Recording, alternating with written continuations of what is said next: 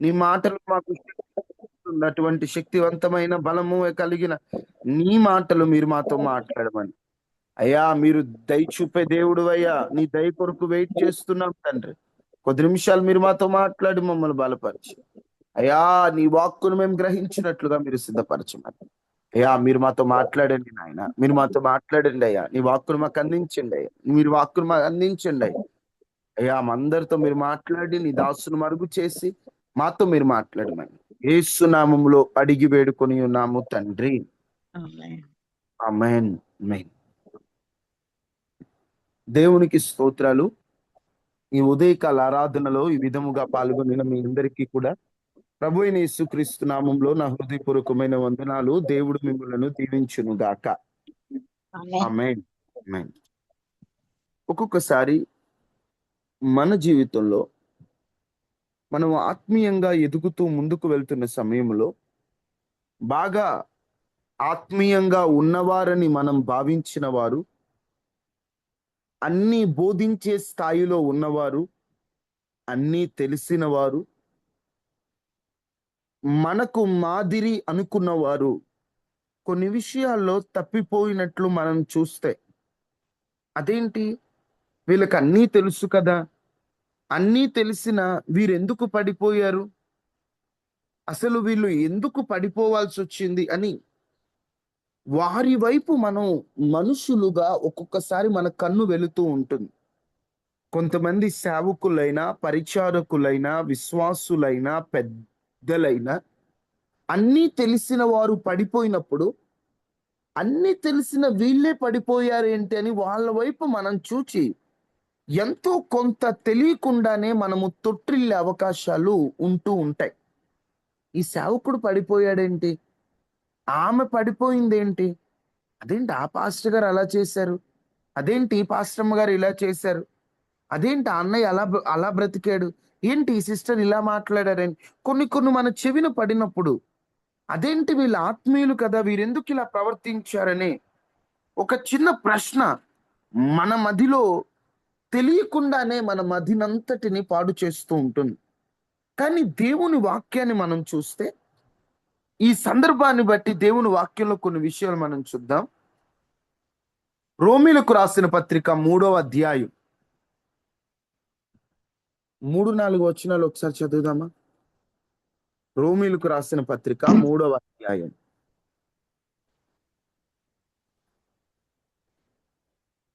త్వరగా త్వరగా, ఇంతసేపు లేట్ చేయకూడదు. కొందరు అవిశ్వాసులనైననేమి, వారు అవిశ్వాసులైనందున దేవుడు నమ్మదగిన వాడు కాకపోవునా దేవుడు నమ్మదగిన వాడు కాకపోవునా అట్లనరాదు. అట్లనరాదు. మీరు గమనించండి, అన్నీ తెలిసిన వారు కొంతమంది అవిశ్వాసులైననేమి, ఎవరో మారిపోయారు, ఎవరో ఏదో అన్నీ తెలిసిన వారే చెడు చేశారు, దేవుణ్ణి నమ్మిన వారే పాడైపోయారని చెప్పి వారి వైపు మీరెందుకు చూస్తారు? కొందరు అవిశ్వాసులైతే ఏంటి, కొందరు పడిపోతే ఏంటి, కొందరు అవిశ్వాసులైనంత మాత్రాన దేవుడు నమ్మదగిన వాడు కాకపోతాడా? అట్లనమాకండి. 4వ వచనం చివరి లైన్లో అంటాడు, ప్రతి మనుష్యుడును, అందరూ గమనించాలి, ప్రతి మనుష్యుడు అబద్ధికుడును కాని దేవుడు సత్యవంతుడు కాక తీరడు. మనిషి అన్నవాడు ఏదో ఒక విషయంలో అబద్ధికుడుగా తప్పిపోతాడేమో కానీ దేవుడు మాత్రము సత్యవంతుడు. ఇక్కడ ఈరోజు వర్తమానాన్ని మీరు గమనిస్తే, మనుషులు అన్నాక పడిపోతారు, పడిపోవటం ఏం తప్పు కాదు అని నేను చెప్పుటలేదండి. పడిపోయిన వారి గురించి దేవుడు చూసుకుంటాడు, పడిపోయిన వాడు చూసుకుంటాడు. పడిపోయినోడి వైపు చూస్తూ నీ ఆత్మీయతను దెబ్బతీసుకోవద్దు. పడిపోయిన వాడి వైపు చూస్తూ నీవు వెనక్కి తగ్గొద్దు, అంటే దేవునికి దూరం అవ్వద్దు. పడిపోయిన వారిని చూస్తూ వారు ఒక పాపంలో పడిపోతే మనం కూడా ఆ పాపంలో పడిపోవడం పెద్ద లెక్కేం కాదని పాపానికి లైసెన్స్ ఆ మనిషిని బట్టి తీసుకోవద్దు. మనుష్యుడు అబద్ధికుడై ఉంటాడు, మనుష్యుడు మోసగాడై ఉంటాడు, మనుషుడు తప్పిపోవచ్చు, మనుషులు మారిపోవచ్చు, మనుషులు ఓడిపోవచ్చు, మనుషులు విఫలమవచ్చు, కానీ దేవుడు ఎన్నటికీ మారడు. ఏదైనా మన ముఖ్యమైనటువంటి గోల్ దేవుడై ఉండాలి. గోల్ అంటే నేను దేవుణ్ణి గురిగా పెట్టుకొని ముందుకెళ్తాను. ఎవరు తప్పిపోయినా, ఎవరు పడిపోయినా, వారు బాగున్నప్పుడు నాకు అవసరమైనది నేను నేర్చుకుంటాను. వారు పడిపోయిన తర్వాత నేను అలా ఉండకూడదని నేర్చుకుంటాను. వారంతా బాగున్నప్పుడు ఇలా ఉండాలి అని నేర్చుకున్న నేను తరువాత ఇలా ఉండకూడదని నేను నేర్చుకుంటాను. అంతే తప్ప వారిని చూస్తూ నా ఆత్మీయతను నేను పాడు చేసుకునని ఒక తీర్మానం కలిగిన వ్యక్తులుగా మనం ఉండాలి. ఏంటయ్యా అసలు ఆత్మీయులే పడిపోవడానికి కారణాలేంటి? అన్నీ తెలిసిన వారు ఎందుకు పడిపోతున్నారు? అసలు వాళ్ళు పడిపోవడం ఏంటని కొన్ని ప్రశ్నలు మన మదిలో ఎప్పుడూ రేగుతూనే ఉంటాయి. మనందరికీ తెలిసిన అంశమే అయినప్పటికీ మనకు తెలియకుండా మన ఆత్మీయతను ఈ విషయం దెబ్బతీస్తుంది. ఈ వ్యక్తి ఇన్ని సంవత్సరాలు ప్రార్థన చేశాడు, ఎలా పడిపోయాడు? ఇతనికి బైబిల్ బాగా తెలుసు, అయినా ఎందుకు పాపంలో పడ్డాడు? ఈయన వాక్యాన్ని ఇంత బాగా బోధిస్తాడు, అయినా ఆయన ఎందుకు అలా వెనక్కి వెళ్ళాడు? ఇక్కడ ఏంటంటే దేవుని గురించి తెలుసుకోవడం వేరు, దేవునితో నడవడం వేరు. సాతానుకి కూడా దేవుడు ఉన్నాడని తెలుసు, కానీ దేవునితో సంబంధం లేదు. ఇప్పుడు మనుషులు ఎవరో ఇలా ఇలా దేవునిలో బ్రతికి పడిపోయారని వారిని బట్టి మన ఆత్మీయత మనం దెబ్బతీసుకోకూడదు. కానీ మీకు అందరికీ తెలియడానికి చెప్తున్నాను, ఆ ప్లేస్ లోకి మనం వెళ్ళకూడదని చెప్తున్నాను. అన్నీ తెలిసిన వారు ఎందుకు పడిపోతున్నారు? సేవకులు కొంతమంది పడిపోయిన వారు కానీ, లేకపోతే విశ్వాసులు, ఆత్మీయులు, నడిపించేవారు, నాయకులుగా ఉన్నవారు ఎంతో మంది పడిపోయారనే వార్తలు మీ దగ్గరికి వినిపిస్తుంటాయి. అలాంటి వినిపించడానికి కారణాలేంటి? అన్ని తెలిసినటువంటి వారు ఎందుకు పడిపోతున్నారు? మీకు అర్థమయ్యేటట్లు చెప్పాలంటే, ఈ రోజుల్లో వాక్యాన్ని బాగా తెలిసిన చాలా మందికి జ్ఞానం పెరిగింది, కానీ జాగ్రత్త పెరగట్ల. జ్ఞానం పెరిగే కొద్దీ జాగ్రత్త తగ్గిపోయింది. ఉదాహరణకి ఇప్పుడిప్పుడే ప్రార్థనల్లోకి వస్తున్న విశ్వాసి, తనకి ఒక భయం ఉంటుంది, నేను ఎక్కడ పడిపోతానేమో అని. అందుకని తను ఏం చేసినా జాగ్రత్త పడుతూ చేస్తుంటాడు, మొదట్లో ఉన్నాడు కాబట్టి. ఎప్పుడైతే కొంత ఆత్మీయంగా ఎదుగుతారో, కొంత ఆత్మీయ జ్ఞానం ఎక్కువ అవుతుందో, కొంచెం బైబిల్ బాగా తెలుస్తూ ఉంటుందో, ఈ జాగ్రత్తలు తగ్గిపోతాయి. మీకు ఒక మాట చెప్పాలంటే, మొదట్లో ఇప్పుడు బండి తోలేవాడు ఉన్నాడు, కొత్తగా నేర్చుకున్నాడు. ఆ కొత్తగా నేర్చుకున్నవాడు చాలా జాగ్రత్తలు తీసుకుంటాడు. హెల్మెట్ పెట్టుకోవాలి, చిన్నగా వెళ్ళాలి, గేర్ సరిగ్గా వేయాలని. అదే బాగా ఎక్స్పీరియన్స్ ఉన్నాడు, బాగా బండి తోలేవాడు, వాడు హెల్మెట్ పెట్టుకోడు, ఏముంది లేని స్పీడ్కి వెళ్ళిపోతా ఉంటాడు. ఎంత స్పీడ్గా వెళ్ళిపోతున్నా, ఎంత బండి గురించి ఎక్స్పీరియన్స్ ఎక్కువైనా, సరైన జాగ్రత్త తీసుకోపోతే ప్రమాదం జరగక తప్పదు. ఆత్మీయతలో కూడా నీకెంత బైబిల్ తెలిసిన, బైబిల్ను ఒక 100 సార్లు చదివిన, కొన్ని విషయాల్లో జాగ్రత్తలు తీసుకోవడం గనక మానేస్తే, అంటే నిన్ను నువ్వు పరిశీలించుకోవడం గనక మానేస్తే, నువ్వు ఎంత బైబిల్ తెలిసినోడివైనా నువ్వు పడిపోయే అవకాశం చాలా ఎక్కువగా ఉంటుంది. అయ్యా నాకు చాలా జ్ఞానం ఉందయ్యా, నేను పడిపోనంత ఈజీగా, ఏమండే నేను పడిపోనండి అని చెప్పి చంకలు గుద్దుకోవడం మానేయాలి. ఎందుకంటే తాను నిలుచున్నానన్నవాడు, 1 కొరింథీ 10:12, తాను నిలుచున్నాననుకుని వాడు పడిపోకుండా జాగ్రత్త పడాలా. జాగ్రత్త లేకపోతే నిలుచున్నానన్నవాడు ఎవడైనా, నేను నిలుచున్నానని చెప్పేవాడు ఎంత గొప్పోడైనా, జాగ్రత్త లేని చోట పడిపోతాడు. రోజు జాగ్రత్తలు ఉంటున్నాయా?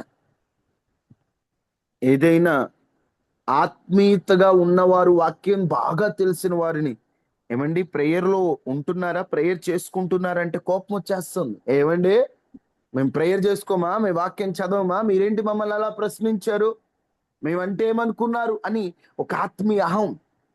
జ్ఞానం పెరిగే కొద్దీ జాగ్రత్త తగ్గిపోతుంది, ప్రార్థన తగ్గిపోతుంది. చిన్న పాపాన్ని కూడా ఇదేముందిలే అని చూస్తారు, మనస్సాక్షిని పట్టించుకోరు, నాకేమి కాదు అనే భావనలో ఉంటారు. కానీ ఎంత జ్ఞానం ఉన్నా జాగ్రత్త తీసుకోకపోతే పతనం అయిపోయే అవకాశాలు ఉన్నాయి. ఉదాహరణకు మనకు బాగా తెలిసిన వ్యక్తి ఎవరండి? సంసోను. స్వరం ఎత్తి చెప్పాలి. హలో సొలొమోను ఎంత జ్ఞానవంతుడండి. ఆయనకున్న జ్ఞానానికి ఆ దేశపు రాణి ఆశ్చర్యపోయి, ఆమె ఎన్నో బహుమానాలు ఇద్దామని ఆయన దగ్గరకు వచ్చి, ఇంత జ్ఞానవంతుడా సొలొమోన్ అనుకున్న వ్యక్తి సొలొమోను పడిపోయిందండి. ఒకటి గమనించండి, జాగ్రత్తలు తీసుకోకపోవడం వల్లే. ఒక్క అన్య స్త్రీని మొదట వివాహం చేసుకోవడానికి సిద్ధపడ్డాడు. అయ్యో ఆమె అన్యురాలు, నేను జాగ్రత్త పడాలని అనుకోలే, నేను జ్ఞానవంతుణ్ణి, అన్యురాలు వచ్చిన ఆమెని నేను నా చేతుల్లో నేను పెట్టుకుంటాను అనుకున్నాడు. చివరికి ఏమైందో తెలుసా? సొలొమోనేనా అనిపించింది. ఇతర దేవతలకు బలులు ఇచ్చి ఒక కుక్క చావు అంటే, దేవుని ఎరుగని వ్యక్తిగా, ఒక అన్యునిలాగా, ఒక జ్ఞానవంతుడు, ఇజ్రాయేలు ప్రజలకు రాజు, 12 గోత్రాలకు ముఖ్యమైన వాడైనా చేతకాని వాడిగా తన జీవితాన్ని ముగించాడండి. జ్ఞానం ఉంది, జాగ్రత్త లేదు. ఈ రోజు నుండి జాగ్రత్తలు తీసుకోవడం, మీకు మీరే కొన్ని లిమిట్స్ పెట్టుకోండి, ఇన్స్ట్రక్షన్స్ పెట్టుకోండి మీకు మీరే. నేను ఆత్మీయంగా ఉన్నాను, నేను పరిశుద్ధంగా ఉన్నాను, ఇట్లా కాదు. నేనెంత ఆత్మీయుడినైనా కొన్ని నేను చేయకూడదు. నేనెంత ఆత్మీయురాలైనా కొంతమందితో లిమిట్ దాటకూడదు. కొన్ని లిమిట్స్ పెట్టుకోవాలండి. నేను అలా పడిపోతానని అనుకోవద్దు. చాలా మంది ఆత్మీయంగా కనిపిస్తున్న ఎంతో మందిని పర్సనల్ గా నేను వాళ్ళతో మాట్లాడినప్పుడు మీకు తెలియాలని చెప్తాను, వాళ్ళు చాలా ఆత్మీయులు. వాళ్ళని చూసిన ఎంతో మంది అంటారు, అబ్బా ఈ సిస్టర్ లాగా ఉండాలయ్యా, ఈ బ్రదర్ లాగా ఉండాలి, జీవితం అంటే వీళ్ళది అనుకున్న సేవకుల స్థానంలో ఉన్నవారు, సేవకులే వారిక వారు పర్సనల్ గా మీట్ అయినప్పుడు, అన్నా ఎలా ఉందంటే వారు చెప్తారు, బ్రదర్ దేవుని పరిచర్య ఎంతో చేయాలని ఎంతో చేస్తున్నాం, కానీ కొన్ని విషయాల్లో బలహీనం అవుతున్నామండి. చాలా భయం వేస్తుందండి, అక్కడెక్కడ పడిపోతామేమో. అయ్యా మీరు పాస్టర్ గారులు కదా, పాస్టర్లు అయిన మనుషులు అండి, మేము కొన్ని జాగ్రత్తలు తీసుకోకపోతే మేము కూడా పడిపోయే అవకాశాలు చాలా ఎక్కువగా ఉంటాయి. నువ్వు ఆత్మీయుడువా, లేకపోతే నువ్వు అన్ని తెలిసినోడువా, నువ్వు సేవకుడువా, నువ్వు విశ్వాసం, ఇవన్నీ కాదు. నువ్వెంత ఆత్మీయ స్థితిలో ఉన్నా జాగ్రత్తలు తప్పనిసరి. ఎందుకంటే జ్ఞానం ఉండటం మంచిదేనండి. జ్ఞానం మనకు ప్రమాదాలను చూపిస్తుంది. జ్ఞానం, ఇదిగో ఇక్కడ ప్రమాదం ఉంది, అక్కడ ప్రమాదం. కానీ జాగ్రత్త చూపించడమే కాదు, మనల్ని రక్షిస్తుంది. ఇక్కడ ప్రమాదం గుర్తు పట్టడం ఎంత ముఖ్యమో, ఆ ప్రమాదం నుండి తప్పింపబడటం కూడా అంతే ముఖ్యం. అందుకని జాగ్రత్తలు తీసుకోండి. ప్రతి విషయంలో జాగ్రత్తలు ఎప్పుడైతే తీసుకుంటారో అప్పుడే మీరు నిలబడతారు. జాగ్రత్తలు మానేశారా, మీరు పడిపోతారు. ప్రతి విషయంలో జాగ్రత్తగా ఉండాలి. అన్ని తెలిసిన వారు, అన్ని ఎరిగిన వారు ఎందుకు పడిపోతున్నారంటే, జ్ఞానం పెరిగింది, జాగ్రత్త తగ్గింది, అందుకే వారు పడిపోతున్నారు. చాలా మంది ఎప్పుడైతే కొంచెం ఆత్మీయంగా ఎదుగుతారో వాళ్ళు పడిపోవడానికి మరొక కారణం ఏంటంటే, వారు బాగా ఆత్మీయంగా ఎదిగాక చాలా మంది సేవకులు వారు దేవుని స్వరాన్ని వినడం మానేసి వాళ్ళ స్వరాన్ని వాళ్ళు వినడం మొదలు పెడతారండి. అంటే మాకు అన్నీ తెలుసు, మాకెవరు చెప్పాల్సిన అవసరం లేదు, ఇక ప్రతిదీ దేవుని దగ్గర అడిగి దేవా నీ చిత్తం ఏంటి అని అడగరు. ఎందుకంటే వీళ్ళకి ఎక్స్పీరియన్స్ ఎక్కువ, వీళ్ళకి బైబిల్ జ్ఞానం ఎక్కువ అయ్యేసరికి ఇక దేవుణ్ణి అడగరు. ఇప్పుడు మీరు జాగ్రత్తగా గమనించి, కొన్నిసార్లు ఇప్పుడిప్పుడే క్రైస్తవంలోకి వచ్చిన వాళ్ళు మేలు అనిపిస్తుంది. వాళ్ళు ఏం చేయాలన్నా సేవకుల దగ్గరికి వెళ్ళడమో, ప్రార్థనలో ఉండటమో, అయ్యా ఏ నిర్ణయం తీసుకుంటే మంచిదయ్యా, నీ చిత్తం తెలియజేయ ప్రభు, నీ చిత్తం. కొంచెం అన్ని తెలిసిన వాళ్ళు వెళ్ళిపోతుంటారు. ఇంకా అలాగా దేవుని చిత్తాన్ని అడగరు, ప్రార్థన చేయరు, దేవుని జ్ఞానాన్ని అడగరు, ఆలోచనకర్తలను అడగరు, వెళ్ళిపోతుంటారు.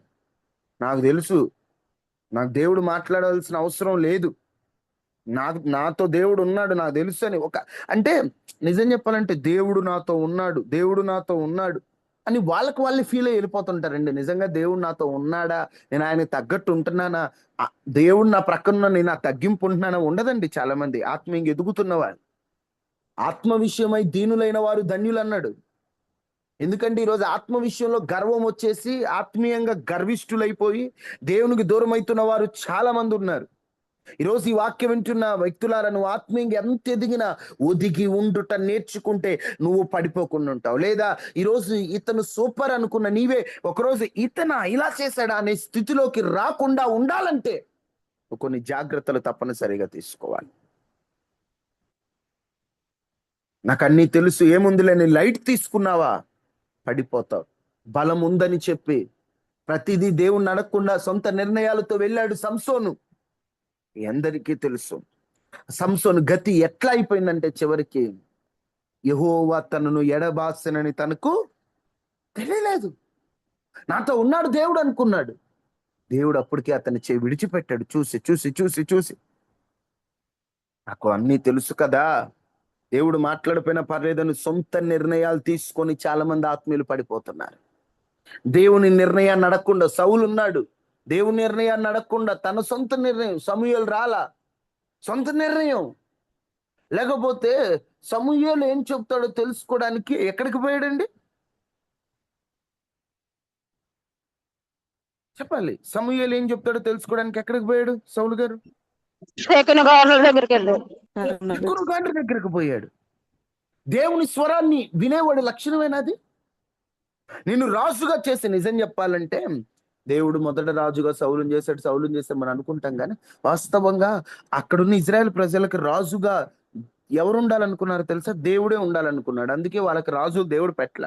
కానీ వేరే ఒక ప్రాంతాలను చూసి మాకు రాజు కావాలని, మాకు దేవుడు కాదు, మాకు మనిషి రాజు కావాలని అడిగినందుకు దేవుడు రాజుగా మనిషిని చేశాడంటే దాని అర్థం ఏంటి? తన స్థానాన్ని దేవుడు సౌలుకి ఇచ్చాడు. దేవుని స్థానాన్ని సౌలుకి ఇస్తే సౌలు చేసిందేంటి? దేవుని స్వరాన్ని వినడం ఆపేసి తను చేసిన పని ఇది. సోదుగాండు దగ్గరకు తిరుగుతున్నాడు. సొంత నిర్ణయాలు, సొంత పెత్తనాలు. జాగ్రత్త. ఎంత ఆత్మీయంగా ఎదిగిన వ్యక్తివైనా దేవుని మీద ఆధారపడకుండా ముందుకు వెళ్ళావంటే, అది నువ్వైనా అది నేనైనా, అతడు ఎంత వాక్యం తెలిసిన వాడైనా, అన్ని తెలిసిన వాడైనా, దేవుని మీద ఆధారపడటం తగ్గిందా తప్పిపోతాడు. జాగ్రత్త. ఆయన మీద ఆధారపడాలి. ఎంత ఎదిగినా ఆయన పాదాల క్రింద, ఆయన పాదాల దగ్గర నేర్చుకోవడమే మన పని. మూడవది, ఎందుకు అన్నీ తెలిసిన వాళ్ళే పడిపోతున్నారు? మొదటిగా అని చెప్పాను, జ్ఞానం పెరిగింది కానీ జాగ్రత్త పెరగల, అందుకే తప్పిపోతున్నారు. 2, దేవుని స్వరాన్ని వినడం మానేసి వాళ్ళ స్వరాన్ని వాళ్ళే వింటున్నారు. అందుకని వారు అలాగైపోతున్నారు, పడిపోతున్నారు అన్ని తెలిసిన వాళ్ళు.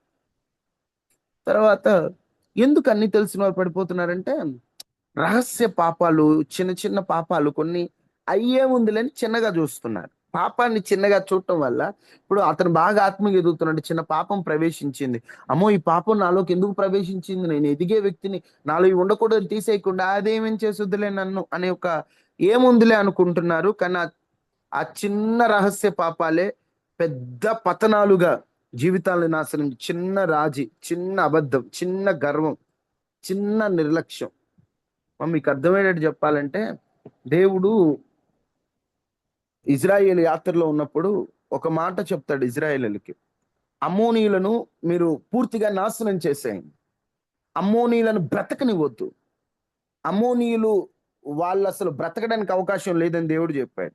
కానీ దేవుడు వద్దన్న వాళ్ళని, దేవుడు నాశనం చేయమన్న వాళ్ళని, దేవుడు పూర్తిగా వాళ్ళని అసలు లేకుండా చేయండి అంటే వాళ్ళు కొంతమంది బ్రతకనిచ్చారు. చివరికి ఏమైందో తెలుసా? ఈ అమ్మోనీయులే వ్యతిరేకంగా, ఒక మాట ఉంటదండి, విచిత్రం అనిపిస్తుంది, వాళ్ళట ఇజ్రాయేలులకు ముళ్ళుగా కూర్చున్నారంట. ఎలా అయిపోయారు? చివరికి ముళ్ళైపోయారు. ముళ్ళైపోవడం అంటే దాని అర్థం ఏంటంటే డేంజర్ అయిపోయారు. వాళ్ళు అసలు ఎట్లా అంటే, వీళ్ళను ముందుకు వెళ్ళనీయకుండా వీళ్ళ పరిస్థితిలో ఎంతో బాధ పెడుతూ వీళ్ళ జీవితాలను ముందు, అంటే ఒక మాటలో చెప్పాలంటే వీళ్ళని దేవునికి దూరం చేసే అంత దారుణమైనటువంటి స్థితిలోకి వెళ్ళిపోయారు. చూడండి, ఆ మాట కూడా చూద్దాం. న్యాయాధిపతులు 2వ అధ్యాయం 3వ వచనం. న్యాయాధిపతులు 2:3. వెళ్ళగొట్టాల్సింది ఎల్లగొట్టకపోతే ముళ్ళ ఎట్ట కూర్చుంటుందో తెలుసుకోవాలి. అన్ని తెలిసిన వాళ్ళమైనా కొన్ని జాగ్రత్తలు తీసుకోకపోతే పడిపోయే అవకాశాలు చాలా ఎక్కువగా ఉంటాయి. 2వ అధ్యాయం 3వ వచనం. మీరు చేసిన పని ఎట్టిది? కావున నేను మీ ఎదుట నుండి ఈ దేశ నివాసులను వెళ్ళగొట్టను, వారు మీ ప్రక్కలకు శూలములుగా ఉందురు, వారి దేవతలు మీకు ఉరిగా ఉందని చెప్పాను. దేవుడు అన్నాడు, నేనైతే వాళ్ళని వెళ్ళగొట్టను. నేను వెళ్ళగొట్టమన్న వాళ్ళని మీరు పక్కన పెట్టుకొని వాళ్ళతో ఉన్నారు కాబట్టి, మీరు ఇష్టానుసారంగా ప్రవర్తించరు కాబట్టి వాళ్ళు మీకు సోలల్లాగా ఉంటారంట, పక్కలో బల్లెపు పోట్లాగా ఉంటారు. అంటే ఎప్పుడు గుచ్చుతా గుచ్చుతా నిరంతరం ఇబ్బంది పెడతా, ప్రతిదానికి ఆటంకం కలుగు చేస్తా,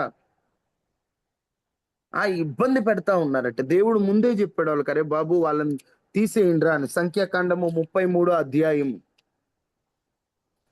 సంఖ్యాకాండం 33 అధ్యాయం 55 వచనంలో, అయితే మీరు మీ ఎదుట నుండి ఈ దేశ నివాసులను వెళ్ళగొట్టని ఎడలా, అందరు చూడండి, ఎల్లగొట్టాల్సింది, ఎల్లగొట్టకపోతే మీరు వారిలో ఎవరిని ఉండనిచ్చెదరో వారు మీ కన్నులలో ముళ్ళుగాను మీ ప్రక్కలలో శూలముగాను ఉండి మీరు నివసించు ఆ దేశములో మిమ్మల్ని బాధ పెట్టెదరు, మరియు నేను వారికి చేయి తలంచినట్లు మీకు చేసేదరని వారితో చెప్పాను. ఇక్కడ దేవుడు చెప్తున్నాడు, బాబు మీరు ఎల్లగొట్టకపోతే కళ్ళల్లో ముళ్ళులా ఉంటారు. కళ్ళల్లో నలుసు పెడితేనే మామూలు ఇబ్బంది ఉండదు, ముళ్ళు పెడితే కళ్ళల్లో ముళ్ళు, పక్కలలో కొంతమంది నా పక్కలో బల్లె పోటు పొడిచాడు, పక్కల్లో సోలాల్లాగా ఉంటారు, జాగ్రత్త మిమ్మల్ని బాధ పెడతారని చెబితే దేవుడు మాట లెక్క చేయకుండా దేవుడు ముందే చెప్పాడు వాళ్ళకి. కానీ ఏముందిలే, వీళ్ళు మనల్ని ఏం చేస్తారు, మనం ఎంతమంది ఉన్నామంటే, ఐగుప్తీయులను సముద్రములో ముంచిన వారము మనమంటే ఏమనుకుంటేవి అని ఓ తెగ గర్వపడిపోయారండి. ఏమైంది చివరికి, ఒక్కొక్కరు ఇబ్బంది పడితే దేవా దేవా అని దేవుడి దగ్గరికి వస్తే నేను కాపాడిని అంటాడు దేవుడు. కోపం వచ్చేసింది, నేను కాపాడను, చెప్పాను మీకు, ఏముందిలే ఇది నీ ఎలగొట్టపోతే ఏముంది. ఈరోజు చాలా మంది ఆత్మీయులు కూడా మాకు అన్ని తెలుసు, ఇదేముందిలే అదేముందిలే, పాపం విషయంలో రాజీ పడ్డావా నీ జీవితాన్ని నాశనం చేస్తుంది. ఈరోజు సాతానుగాడు ఏం చేస్తున్నాడు, రాజీ తీసుకుంటున్నాడే, మీరు ప్రార్థనకి వెళ్ళండి పర్లేదు, నేను వద్దని చెప్పను, మీరు ఆ గంట ప్రార్థనకి వెళ్ళి తర్వాత వచ్చేసి మీకు నచ్చినట్లు మీరు చేయండి, ఇది చేసేది ఇది చేద్దాం, అది చేసేది అది చేద్దాం. వాడు రాజీ తీసుకుంటున్నాడు. వాడు పూర్తిగా నువ్వు దేవుడికి వద్దని చెప్పట్ల, చిన్న చిన్నగా వాడితో రాజీ తీసుకుంటే చిన్న చిన్న దూరం చేస్తాడు. జాగ్రత్త, వెళ్ళగొట్టవలసింది వెళ్ళగొట్టకుండా పక్కన పెట్టుకున్నావు, అది శరీర కోరికలైనా, అది పాప సంబంధమైన తలంపులైనా, అది దేవునికి నచ్చనిది ఏదైనా, ఆత్మీయులు ఎందుకు పడిపోతున్నారంటే చిన్నది గాని చిన్నగా చూడటం. ఎల్లగొట్టాల్సినవి ఎల్లగొట్టేసేయాలి అంతే. వాటిని గనుక నువ్వు కొంచెం ఏముందిలే అన్నావంటే నీ జీవితాన్ని సర్వనాశనం చేసేస్తాయి. జాగ్రత్త. 4వది, చాలా మంది అన్ని తెలిసిన వాళ్ళు ఎందుకు పడిపోతున్నారో అర్థమవుతుందా? జ్ఞానం పెరిగిన, ఆత్మీయంగా పెరిగిన తగ్గింపు లేకపోవడమే చాలా మంది పడిపోవటానికి ఒక కారణం. నాకు బైబిల్ తెలుసు, నాకు అన్నీ తెలుసు, నేను ఎన్నో ప్రసంగాలు చేశాను, నేను ఇన్ని చేశాను, నేనంటే ఏమనుకున్నారు అని ఒక ఆత్మీయ గర్వం. పైకి అది మాటల్లో కనబడకపోయినా వారి క్రియల్లో ఎంతో గర్వం ఉంటుంది. ఆ గర్వమే వారి పతనానికి కారణమవుతుంది. ఇక్కడ చూడండి, 1 కొరింథీ 8 అధ్యాయం 1 వచనం. 1 కొరింథీ 8:1, విగ్రహములకు బలిగా అర్పించిన వాటి విషయము మనందరం జ్ఞానం గలవారమని ఎరుగుదుము. జ్ఞానము ఉప్పొంగజేయును గాని ప్రేమ క్షేమాభివృద్ధి కలుగుజేయును. ఒకడు తనకేమైనాను తెలియననుకుని ఉంటే తాను తెలుసుకొనవలసినట్టు ఇంకను ఏమీ తెలుసుకొనవాడు కాడు.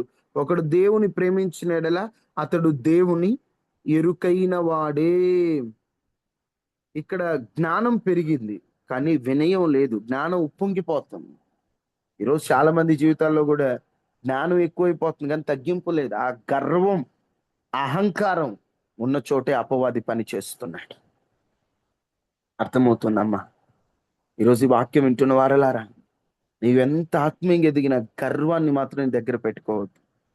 ఒక దేవదూతను దెయ్యంగా మార్చింది గర్వం. ఈరోజు నువ్వు జాగ్రత్త పడాలి. నువ్వు జాగ్రత్త పడితేనే నీ జీవితాల్లో నువ్వు దేవునికి దూరం అవ్వకుండా జాగ్రత్త పడితే, నువ్వు అప్పుడు జాగ్రత్తగా ఉండగలిగితే అప్పుడు నువ్వు ఆత్మీయంగా నీ ఆత్మీయతను కాపాడుకోగలుగుతావు. ఇంకా ఇంకా చెప్పాలంటే చాలా విషయాలు ఉన్నాయి. అన్ని తెలిసిన వాళ్ళు ఎందుకు పడిపోతున్నారంటే, అన్ని తెలిసిన వాళ్ళు దేవుని స్థానంలో ఇంకొక మనిషిని కానీ, ఇంకొక వస్తువుని కానీ, లేదా ఇంకొకటి ఏదైనా పెట్టడం ద్వారా వాడు పడిపోతున్నారు. చాలా మంది ఆత్మీయంగా అన్ని ఎరిగిన వారు కూడా దేవుని స్థానంలో పెట్టేస్తుంటారు. కొన్ని బాగా ఆత్మీయంగా మాకు అన్నీ తెలుసు అని చెప్పి కొంతమంది నేను గమనిస్తూ ఉంటాను. ప్రార్థన జరుగుతుంది అనుకుని కొంచెం ఆత్మీయంగా ఎదిగిన వాళ్ళు అయితే బయటికి వెళ్ళిపోతారు.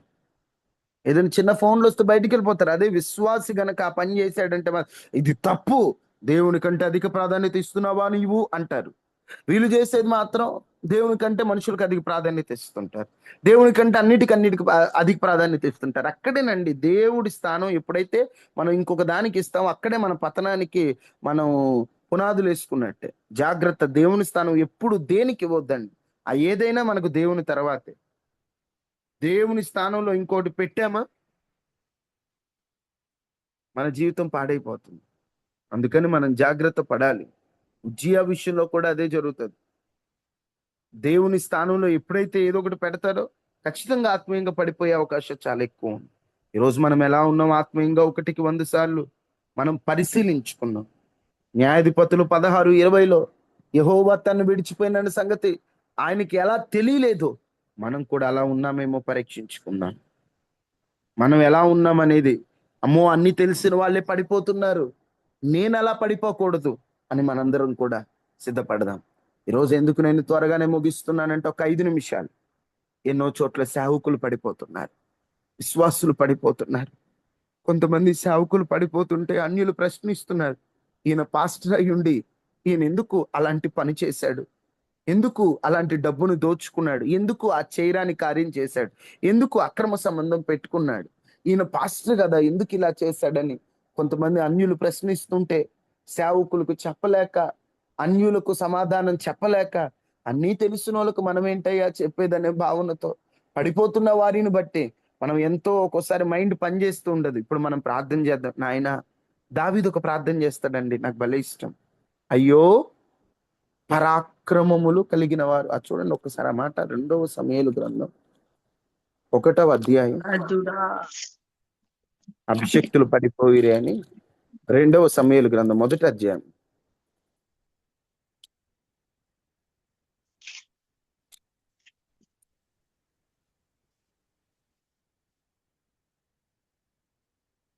ఉమ్, 27వ వచనం. అయ్యయ్యో అయ్యయ్యో పడిపోయి బలాఢ్యులు పడిపోయిరి, యుద్ధ సన్నద్ధులు నశించిపోయిరి. ఆయన ప్రార్థన చేస్తా, అయ్యో బలాఢ్యులు పడిపోయారే, బలంగా ఉండే వాళ్ళే పడిపోయారు, యుద్ధంలో సిద్ధంగా ఉండే వాళ్ళే లేకుండా పోయారే, అయ్యయ్యో ఇక యుద్ధం చేసే వాళ్ళు ఎవరు. మనం కూడా భారంతో ప్రార్థన చేద్దాం. అయ్యా, ఎంతో మంది సేవకులు పడిపోతున్నారు, ఎంతో మంది ఆత్మీయులు పడిపోతున్నారు, ఎంతో మంది అన్ని తెలిసిన వాళ్ళు పడిపోతున్నారు.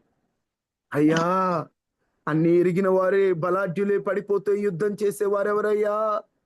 యుద్ధానికి సిద్ధంగా ఉండే వాళ్ళే లేకుండా పోతే ఇక పోరాడే వారెవరయ్యా?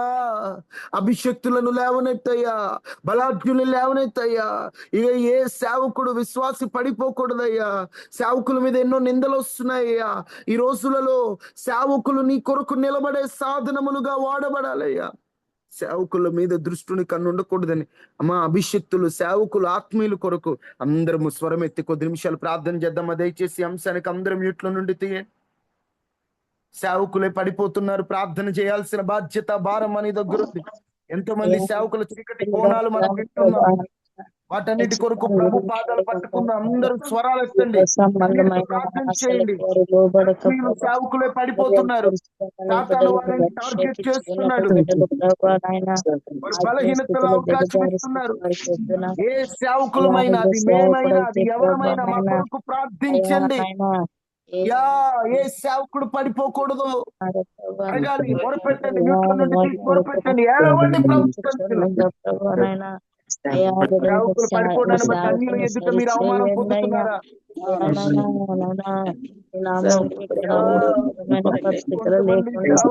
కార్యాలకు అలవాటు పడిపోయారయ్యా. మరిచి దర్శనాన్ని మరిచి పడిపోతున్నారయ్యా. అలాంటి వారందరూ లేవనెత్తండి ప్రభువా. ఏ సేవకుడున్న మాటను వాళ్ళందరి కొరకు నిలబడాలయ్యా. పడిపోకూడదయ్యా. అన్ని తెలిసిన వారే పడిపోతున్నారయ్యా, అన్ని ఎరిగిన వారే పడిపోతున్నారయ్యా. అయ్యా, వారు పడిపోకుండా మీరు సహాయం చేయండి.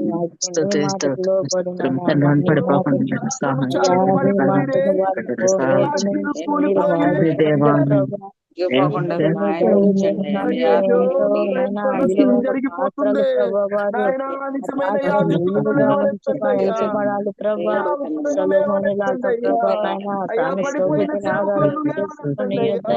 వారు ఎక్కడ జ్ఞానం కలిగిన సొలొమోను ప్రభా పడిపోకూడదయ్యా. పడిపోయి నాయనా శాపగ్రస్తమైన జీవితంలో వెళ్ళిపోయాడు ప్రభా. అయ్యా పడిపోకుండా సహాయం చేయండి అయ్యా. సేవకులు లేవనెత్తండి సేవకులే ప్రభా. పడిపోతే ఎలాగయ్యా? దారి ప్రభా, చూపేవాడే పడిపోతే అందరూ దారి తప్పిపోతారయ్యా. గుడ్డివాడు గుడ్డివాడికి త్రోవని చూపిస్తాడయ్యా. అయ్యా, కొంతమంది సేవకులలో ఉన్న గుడ్డితనం తొలగిపోవుగాక. వారి కన్నులు తెరవబడాలయ్యా. వారు దారి చూపించాలయ్యా. నిలబెట్టాలయ్యా. అయ్యా, మీరు సహాయము చేయండి స్వామి. నాయనా నీ అభిషేకం తెచ్చే ప్రభా, నీ కృప తెచ్చే వారు తండ్రి. కోల్పోయిన అభిషేకం, వారు కోల్పోయిన వరములు, వారు కోల్పోయినవన్నీ మరలా సమయాలు పాపంలో పడిపోయి ప్రభా నా తండ్రి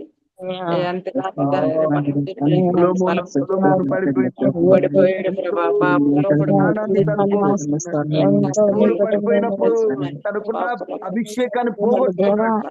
అభిషేకాన్ని పోగొట్టుకునేవాడుగా కాక దావీదు వంటి పడిపోయిన మళ్ళా తిరిగి మరలా పడిపోకుండా జాగ్రత్త పడే యాజకులు కావాలయ్యా. నిజమైన పిలుపు కలిగిన యాజకులు ఉండాలయ్యా. భారం కలిగిన యాజకులు కావాలయ్యా. ఆత్మీయంగా తెలిసిన వాడే నిలబడినట్లుగా అనుకున్నవాడు పడిపోకుండా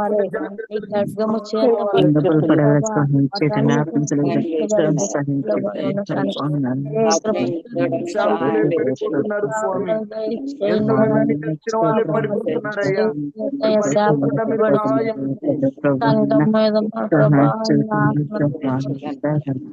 సహాయం ఏ కార్యం చేయమని. మహాపరిశుద్ధుడా, మహోన్నతుడా, దయగలిగిన తండ్రి, అన్ని తెలిసిన వారు ఎందుకు పడిపోయే అవకాశాలు ఉన్నాయో మీరు మాతో మాట్లాడారు. చెప్పబడిన వాక్యాన్ని నీటి కట్టి ఫలింప చేయండి. మేము ఆ వాక్య ప్రకారంగా బ్రతుకుట మాకు నేర్పించండి. అయ్యా, ఎవరిని తక్కువ చేయాలని కాదు, కానీ అయ్యా మేము నీ వాక్యాన్ని తెలుసుకుని మేము అలా పడిపోకుండా మమ్మల్ని నిలబెట్టండి అయ్యా. మమ్మల్ని అందరు నిలబెట్టమని ఈరోజు ఈ ఉదయకాల ప్రార్థన పాల్గొన్న వారందరినీ జ్ఞాపకం చేసుకోండి. కన్నీటిని తొడవండి, ఇబ్బందులు తొలగించండి, నష్టముల నుండి లాభములకు నడిపించండి. ప్రతి ఇంటి చుట్టూ కంచె వేసి వైరస్లు, అనారోగ్యాల, ప్రమాదాలు, నష్టాల నుంచి తప్పించండి. ఆర్థికంగా అందరినీ స్థిరపరచండి. కన్నీటిని తొడవండి, ఇంట్లో సమాధానం ఇవ్వండి, నెమ్మదినివ్వండి. మీ బిడ్డల పక్షాన్ని మీరు గెలిచి అద్భుతం చేయమని.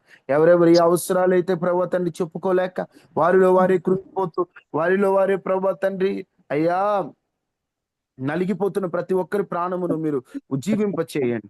ఎవరెవరు ఏ సమస్యతో ఉన్నారో ఆ సమస్య నుంచి విడిపించండి. కన్నీటిని తొడవండి, ఇబ్బందులు తొలగించండి. నీ బిడ్డల పక్షాన మీరు నిలవమని యేసు శక్తి కలిగి నామంలో అడిగి వేడుకొని ఉన్నాము తండ్రి. ఆమేన్. తండ్రి అయిన దేవుని ప్రేమ, కుమారుడు అయిన యేసుక్రీస్తు కృప, పరిశుద్ధాత్మ అన్యోన్య సహవాసం మనకి మన కుటుంబాలకి ఎల్లప్పుడూ నువ్వు ప్రభు కృప తోడై ఉండును గాక. ఆమేన్. ఆమేన్. ఆమేన్. అందరికీ వందనాలు. సెలవు తీసుకుందాం. దేవుడు మిమ్మలను దీవించును గాక. వందనాలు తమ్ముడు. వందనాలు.